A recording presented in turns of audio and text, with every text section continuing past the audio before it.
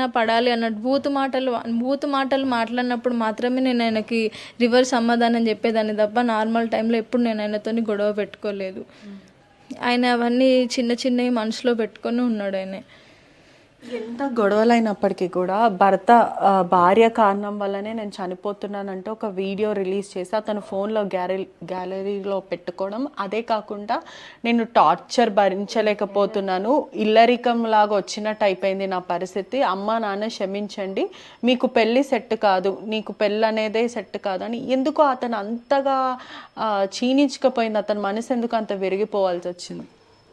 Madam నేను ఆయన torture పెట్టేది ఉంటే పెళ్ళైన 2-3 మంత్స్కే నేను పిఎస్కి వెళ్ళి కంప్లైంట్ ఇచ్చేదాన్ని కాదు మేడం. ఆయననే నా మీద కంప్లైంట్ ఇచ్చేటోడు, ఆయననే నేను టార్చర్ పెడుతున్నా అని కంప్లైంట్ ఇచ్చేవాడు మేడం. లేదంటే అందరినీ పెద్దవాళ్ళని పిలిచి మాట్లాడేటోడు. కానీ నేను ఆయన టార్చర్ చేయడం వల్ల నేను వెళ్ళి కంప్లైంట్ ఇచ్చిన. నేను కంప్లైంట్ ఇచ్చిన తర్వాత కూడా అప్పటికి మా ఇద్దరికి సెట్ అవ్వట్లేదు, అండర్స్టాండింగ్ లేదు.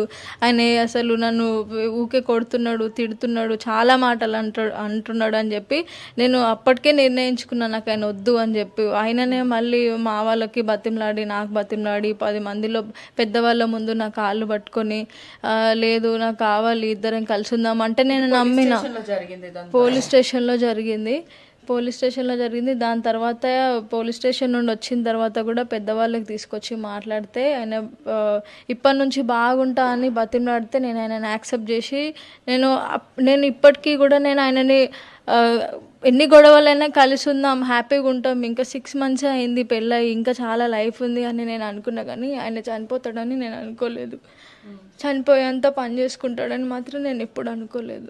మీ మీద అనేక ఎలిగేషన్స్ వస్తున్నాయమ్మా. అంటే అతను కొనిచ్చిన చీర కూడా మీరు వద్దన్నారు, అతనికి బట్టలు కొనుక్కోవడానికి డబ్బులు లేకపోయినా మీకు మాత్రం చీర ఇప్పించారు, అదే చీరతోనే అతను బలవన్మరణానికి పాల్పడ్డారు, ఉరి వేసుకొని మరీ చనిపోయాడు. ఏంటి మేడం ఆ చీర ఆయన ఇష్టంతోనే నాకు కొన్నాడు, నా ఇష్టంతోనే నేను కొనిపించుకున్నా. ఆ చీర పండుగ కోసమే కొన్నాడు.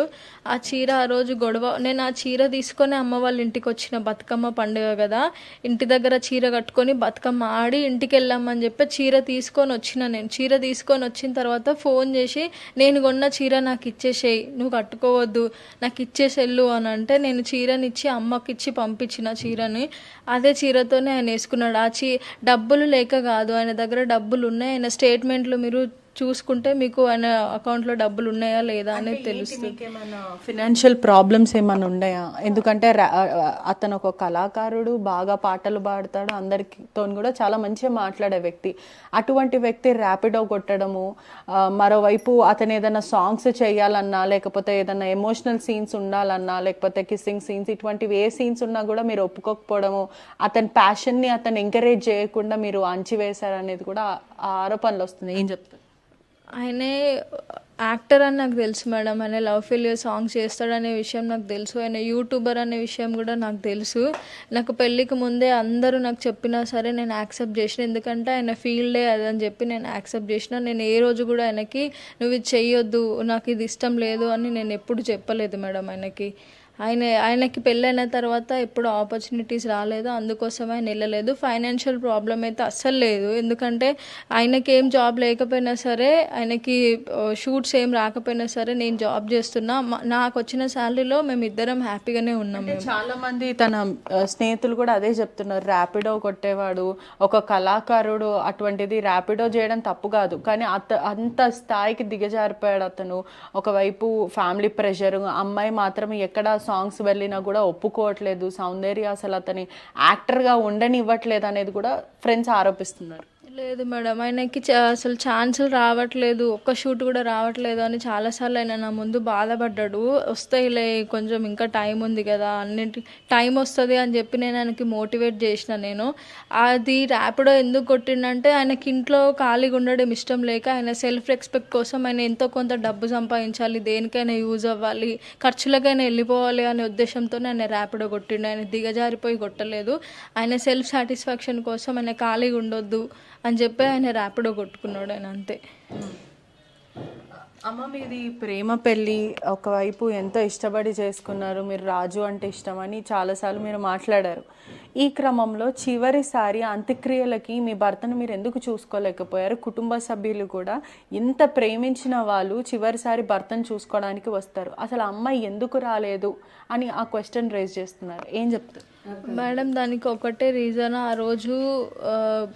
ఆ రోజు ఊరు చాలా దూరం ఉంది మేడం. తెల్లారైన తర్వాత, ఎందుకంటే ఊరికి వెళ్ళేసరికి చుట్టాలు అందరు వచ్చేసరికి టైం పడుతుంది, తెల్లారి అవుతుందేమో అని అనుకున్నాం. నేను హాస్పిటల్ నుండి ఆయన అంబులెన్స్లో తీసుకెళ్ళిన తర్వాత ఇంటికి వచ్చిన తర్వాత నేను కొంచెం కళ్ళు తిరిగి పడిపోయినా, నేను లేవలేకపోయినా. అప్పటికే మిడ్ నైట్ అయిపోయింది ఒకటి. అండ్ వచ్చేటప్పుడు అమ్మ వాళ్ళకి కూడా అందరికీ కూడా పోలీస్ వాళ్ళు ఒకటి చెప్పడము, తర్వాత వాళ్ళ ఇంట్లో వాళ్ళ రిలేటివ్స్ ఎవరైతే ఉన్నారో వీళ్ళ ఇంట్లో ఎట్లా ప్రాణం పోయిందో వాళ్ళ ఇంట్లో కూడా మేము ప్రాణం తీస్తాం, వాళ్ళైతే రాని ఊర్లో అడుగు పెట్టని అని వాళ్ళు బెదిరించడం వల్ల అప్పటికి మిడ్ నైట్కి నేను వెళ్ళామని అమ్మ వాళ్ళతోనే మాట్లాడుతునే లోపు వాళ్ళు ఇట్లాంటి మాటలు చెప్పారు అని వాళ్ళు భయపడి, నేను నిన్ను పోగొట్టుకోలేం బిడ్డ అని వాళ్ళు నన్ను కొంచెం ఎమోషనల్ అయ్యేసరికి నేను కూడా ఆలోచించి ఆగిపోయినా.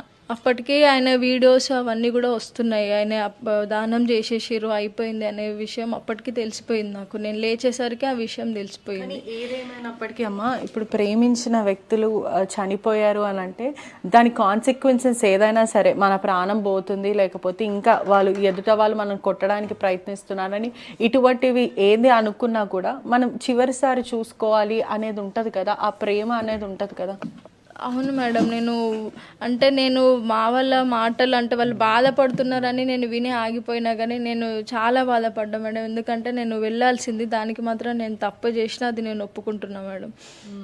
నేను కావాలని మాత్రం వెళ్ళకుండా లేను. కొంచెం నేను ఇంట్లో వాళ్ళు బాధపడుతున్నారు, ఇట్లాంటి గొడవలు, ఆయన చనిపోయిండు, కళ్ళ ముందు లేడు, అందరూ ఖచ్చితంగా కోపంలో ఉంటారు అనే విషయం వల్ల నేను ఆగిపోయిన తప్ప ఆయనను చూసుకోలేక కాదు. లాస్ట్ మూమెంట్ వరకు ఆయనది పోస్ట్మార్టం అయిపోయి ఆయన అంబులెన్స్లో ఇచ్చే వరకు, మ్యాచ్యూరీ వరకు ఉన్న నేను అంబులెన్స్ వెనకాల కూడా పరిగెత్తిన.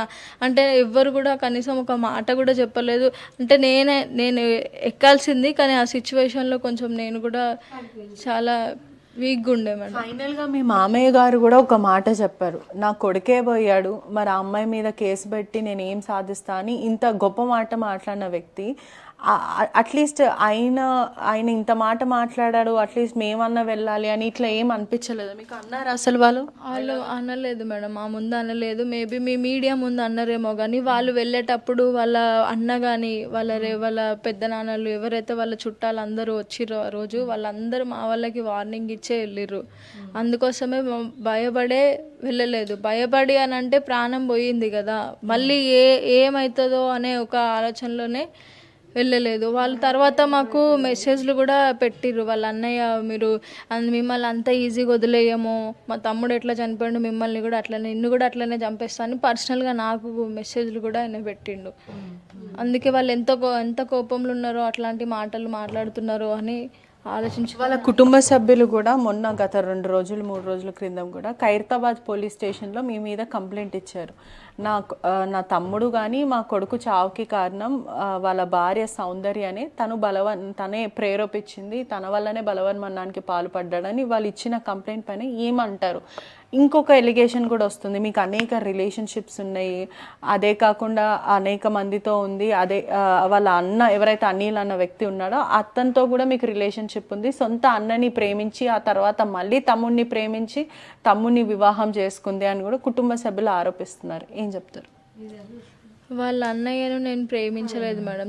వాళ్ళు సొంత ఇంట్లో వాళ్ళు రిలేటివ్స్ కాబట్టి చిన్నప్పుడు వాళ్ళు పేర్లు పెట్టుకునేవాళ్ళు. నా శారీ ఫంక్షన్లో వచ్చి మా వాళ్ళకి తెలియకుండానే వాళ్ళు పట్టీలు వేసిర్రు నాకు, అంటే మా అమ్మాయి ఇంకా మా పెద్దోడికే ఇస్తాం ఈమెని అని చెప్పి మా వాళ్ళతోనే ఆ టైంలోనే వాళ్ళు మాట్లాడిరు. ఆయనతో అప్పుడు చాలా చిన్నప్పుడు శారీ ఫంక్షన్ ఎప్పుడు అవుతుంది మ్యామ్, 10-12 years ఏజ్లో అవుతుంది. నాకు ఆయనతో లవ్ ఎట్లా ఉంటుంది? ఫస్ట్ వాళ్ళు పేరు పెట్టుకున్నారు. వాళ్ళ అన్న కూడా నన్ను ఆ టైంలో ఇష్టపడేటోడు, అంటే చేసుకుంటావా అంటే చేసుకుంటా అన్నట్టు అట్లా ఇష్టపడేటోడు. కానీ నేను ఎప్పుడు ఆయనని ఇష్టపడలేదు, లవ్ చేసుకోలేదు. నేను రాజు నా వెనకాల తిరగడం వల్ల నేను చేసుకుంటా, నేను హ్యాపీగా